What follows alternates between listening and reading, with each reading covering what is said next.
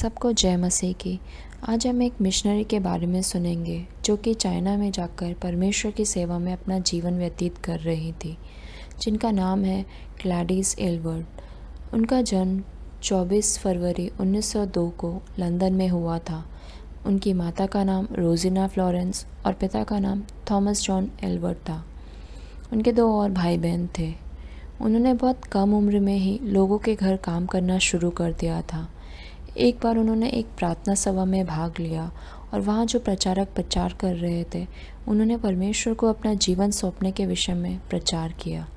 Gladys ने उस प्रचार को अपने जीवन में थाम लिया और निश्चय किया कि वो भी परमेश्वर की सेवा में अपना जीवन व्यतीत करेंगी। उन्होंने इसके लिए प्रार्थना की और चाइना इंग्लैंड मिशन में, जहाँ पर मिशनरियों को तैयार किया जाता है परमेश्वर की सेवा करने के लिए, उनके कार्य को करने के लिए, वहाँ जाने का उन्होंने निश्चय किया। वे वहाँ पर गई और पढ़ाई करने लगी, लेकिन वह चाइनीज़ भाषा सीख ना सकी और उसके वजह से उन्हें आगे की ट्रेनिंग देने से इनकार कर दिया गया। फिर उन्होंने अलग अलग काम शुरू किए और पैसे जोड़ना शुरू कर दिए जिससे वो चाइना जा सकें। कुछ दिनों के बाद उन्होंने एक 73 वर्ष की बुज़ुर्ग मिशनरी के बारे में सुना जिनका नाम मिसेस जेनी लॉसन था, और वह बुज़ुर्ग महिला किसी नौजवान महिला को ढूंढ रही थी जो उनका मिशनरी का काम आगे लेकर जा सके। ग्लैडिस ने उन बुज़ुर्ग महिला को एक पत्र लिखा और मिसेस लॉसन ने उस पत्र को पढ़कर उनकी बात को माना और उन्हें चाइना बुलाया। ग्लैडिस के पास शिप से जाने के टिकट के लिए पैसे नहीं थे, लेकिन ट्रेन से जाने के लिए टिकट के लिए उनके पास पैसे थे। तो अक्टूबर 1930 में उन्होंने अपना पासपोर्ट, बाइबल, टिकट और कुछ पैसे लेकर ट्रेन से जाने का निश्चय किया।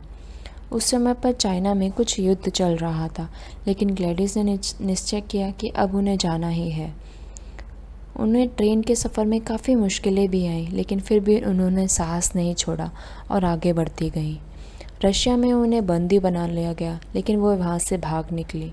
फिर एक जापान के जहाज़ में सफ़र किया उन्होंने, और कुछ ब्रिटिश सलाहकारों की मदद से वह दूसरे जहाज़ लेकर चाइना पहुँची। चाइना में वह एक यांगचन नामक एक जगह पर गई जहाँ मिसेस लॉसन रहती थी। वहाँ के लोगों के लिए मिसेस लॉसन एक परदेसी जैसी और अलग दिखने वाली महिला थी, और अब ग्लैडिस भी मिसेस लॉसन के साथ रहने लगी। वहाँ के लोग इन्हें परदेसी समझते थे और इनकी बात नहीं सुनते थे। मिसेस लॉसन और ग्लैडिस साथ रहकर एक सराय चलाते थे जहाँ लोग आते थे, विश्राम करते थे, और उनके साथ फिर मिसेस लॉसन और ग्लैडिस दोनों परमेश्वर के वचन को बांटते थे। कुछ समय बाद मिसेस लॉसन की मृत्यु हो गई और ग्लैडिस को सब काम अकेले संभालना पड़ा। उस समय चाइना में एक प्रथा चल रही थी जहाँ पे जवान लड़कियों के पैरों की उंगलियों को मोड़ दिया जाता था, जिससे उनके पैर नहीं बढ़ते थे, और यह एक खूबसूरती की निशानी जैसे उस समय माना जाता था। तो वहाँ के कुछ उच्च अधिकारी थे, उन्होंने एक नियम बनाया इस प्रथा को रोकने के लिए। तो वहाँ के जो उच्च अधिकारी थे वो ग्लैडिस के पास आते हैं और वो कहते हैं कि आप इस चीज़ का निरीक्षण कीजिए, आप लोगों के पास जाइए और इसके बारे में उन्हें बताइए कि यह चीज़ गलत है, उन्हें नहीं करनी है। तो ग्लैडिस ने सोचा कि इस बहाने वो परमेश्वर के वचन को भी लोगों के साथ बांट पाएंगी, और इस चीज़ के द्वारा लोग उनसे नफ़रत करने लगे, उनके खिलाफ़ भी हो गए थे। जब वह निरीक्षण करने जाती थी तो लोग उनसे ठीक से बात नहीं करते थे, उनका तिरस्कार करते थे। फिर 1936 में ग्लैडिस चाइना की राष्ट्रीय सदस्य बन गई और लोग उन्हें फिर धीरे धीरे आदर देना शुरू करने लगे। कुछ वर्षों के बाद चाइना के उच्च अधिकारी फिर से ग्लैडिस के पास आते हैं और कहते हैं कि पुरुषों के कारागार में, जेल में काफ़ी दंगा हो गया है, आप जाकर उसे सुलझाएं। ग्लैडिस जब अंदर गई तो लोगों को झगड़ा करते हुए देखकर वह डर गई, लेकिन वहाँ के निरीक्षक ने उनके पास आकर कहा, आप तो परमेश्वर पर भरोसा रखती हैं, आप कैसे डर सकती हैं।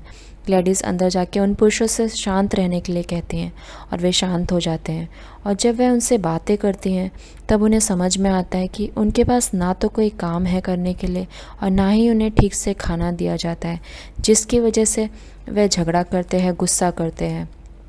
तो ग्लैडिस ने वहाँ के उच्च अधिकारियों से निवेदन किया कि इन लोगों को कुछ काम दिया जाए और खाना भी खाने के लिए दिया जाए। इसके बाद लोग उन्हें एक धार्मिक महिला के रूप में जानने लगे थे। कुछ समय बाद ग्लैडिस ने देखा एक महिला जो भीख मांग रही थी, उनके साथ एक बच्चा था। जब ग्लैडिस ने उन्हें देखा तो वह समझ गई कि ये बच्चा उस महिला का नहीं है, वो सिर्फ इस बच्चे का इस्तेमाल भीख मांगने के लिए कर रही है। तो ग्लैडिस ने उन्हें कुछ पैसे देकर उस बच्चे को ख़रीद लिया। उस बच्चे की उम्र कुछ 5 साल की थी और अगले साल में वो बच्ची एक और छोटे बच्चे को लेकर उनके पास आती है। इसी तरीके से धीरे धीरे उनका अनाथ आश्रम जैसे बच्चों को संभालने का काम बढ़ता गया और एक परिवार जैसा उनका बन गया। ग्लैडिस वहाँ के उच्च अधिकारियों के घर में आते जाते रहते थे और वहाँ के हाकिम उनके धर्म को तो सही नहीं समझते थे, लेकिन वह बात करने में उनसे सही से बात करते थे। चाइना के राष्ट्रीय सदस्य बनने के बाद ग्लैडिस ने वहाँ के लोगों के जैसे कपड़े पहनना, रहना उनके जैसे शुरू कर दिया और इसके द्वारा लोग उनके प्रचार को सुनने लगे, उनका आदर सम्मान करने लगे। 1938 में यांगचंग में युद्ध शुरू हुआ और जापान ने हवाई जहाज़ के द्वारा काफ़ी बम फोड़ना चालू कर दिए, काफ़ी लोगों को नुकसान किया, हानि पहुंचाई और कुछ लोग इधर उधर भागकर पहाड़ों की तरफ चल गए। 5 दिन के बाद जापान ने यांगचंग को अपने कब्ज़े में कर लिया, फिर थोड़े दिन में छोड़ दिया, फिर वे वापस आते थे और फिर कब्ज़ा करते थे। तो वहाँ के उच्च अधिकारियों ने लोगों को बुलाया और कहा कि आप अपनी जान बचाने के लिए इधर उधर भाग जाएं, पहाड़ों में जाकर छुप जाएं। और जो लोग जेल में थे उन्हें भी ग्लैडिस की सलाह लेकर उन्हें भी छोड़ दिया गया। कुछ दिन बाद ग्लैडिस को खबर मिली कि जापान की सेना हमला करने वाली है, आने वाली है, जिसकी वजह से उन्होंने अपने अनाथ आश्रम के 100 बच्चों को वहाँ से निकालने का निर्णय लिया और करीब 12 दिन का पैदल यात्रा शुरुआत की।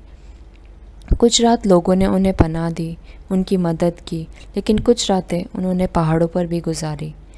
12 दिनों के बाद वह एक नदी के पास पहुँचे, लेकिन युद्ध की वजह से कोई साधन नहीं था कि वह उस नदी को पार कर सके। उनके साथ एक छोटी बच्ची थी। उसने ग्लैडिस को पूछा, क्या हम मूसा की तरह इस नदी को पार नहीं कर सकते? क्योंकि हमारा परमेश्वर तो वही है जो मूसा के समय था, जिसने उन्हें लाल समुंदर को पार करने के लिए मदद की थी। उन्होंने मिलकर उस जगह पर साथ में प्रार्थना की और कुछ समय बाद वहाँ एक चाइना के ऑफिसर आए और कहा, शायद मैं आपके लिए एक बोट का इंतज़ाम कर सकता हूँ। बहुत मुश्किलों के बाद उन सब ने उस नदी को पार किया और एक जगह पर पहुँचे। वहाँ ग्लैडिस बहुत बीमार पड़ गए और जैसे जैसे उनकी तबीयत ठीक हुई उन्होंने वहाँ एक कलीसिया की शुरुआत की। उनकी सेहत काफ़ी ख़राब हो गई थी। जो उन्होंने इतना लंबा सफ़र 12 दिन का सफ़र पैदल यात्रा की थी, उसके वजह से उनकी सेहत काफ़ी ख़राब हो गई थी। तो 1947 में उन्हें इंग्लैंड जाना पड़ा एक सर्जरी करवाने के लिए और वहाँ रहकर भी उन्होंने परमेश्वर का प्रचार किया। कितनी अद्भुत कहानी है ये। सच में उनका जीवन हम सब के लिए एक अच्छा उदाहरण है। हर परिस्थिति में परमेश्वर उनके साथ थे और जो मकसद परमेश्वर ने उनके जीवन से रखा था वह उन्होंने पूरा किया। जैसे हम 2 तीमुथियुस 4 के 7 में देखते हैं, पौलुस ने एक विश्वास की दौड़ को पूरा किया, वैसे ही ग्लैडिस ने उस दौड़ को अपने जीवन में पूरा किया। आमीन।